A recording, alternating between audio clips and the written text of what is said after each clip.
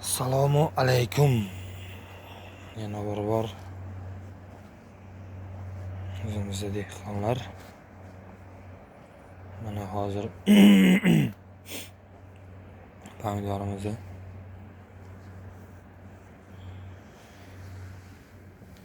pushtasi ustidagi o'tlarini yulib tozalab olyapmiz.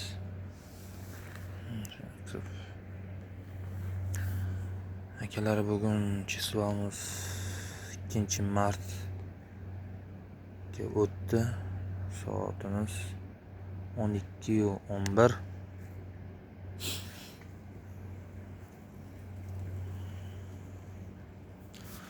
Mana pomidorlarimiz qizil.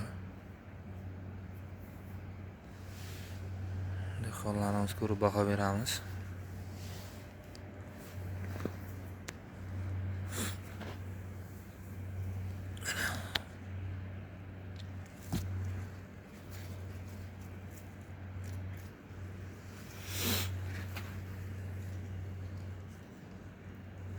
Eson-omon Xudo xohlasa shu pomidorlarimizni yetishtirib olaylik.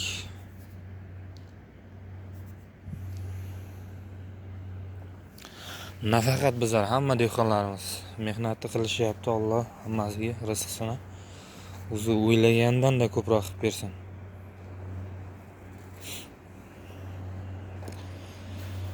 Shu bizda hali ham o'sha muammo. Qolganlarda qanday bilmadik, bizda yana o'sha namlik darajasini oshib ketish. Videoda ko'rayotgan bo'lsangiz kerak, pomidorlarni qanday terlash bo'lyapti. Kunduzi-ku bu anovlarga yo'q. Bu namlik ko'rsatkichlari kunduz normal holatga tushyapti. Fortishkalarni ochib, bemalol havoni almashtirib, namlikni o'zini joyiga keltiryapmiz. Mana shu kechqurunlari ozroq qiynayapti lekin akalar. Mana bizda mana bunday rivojlanmay qolib ketgan pomidorlarimiz ham bor. Ko'rsalaringiz, barglarning rangida ham farqi bor. Shunga qaramay tukkan mana galovkalarning ko'rinishlari.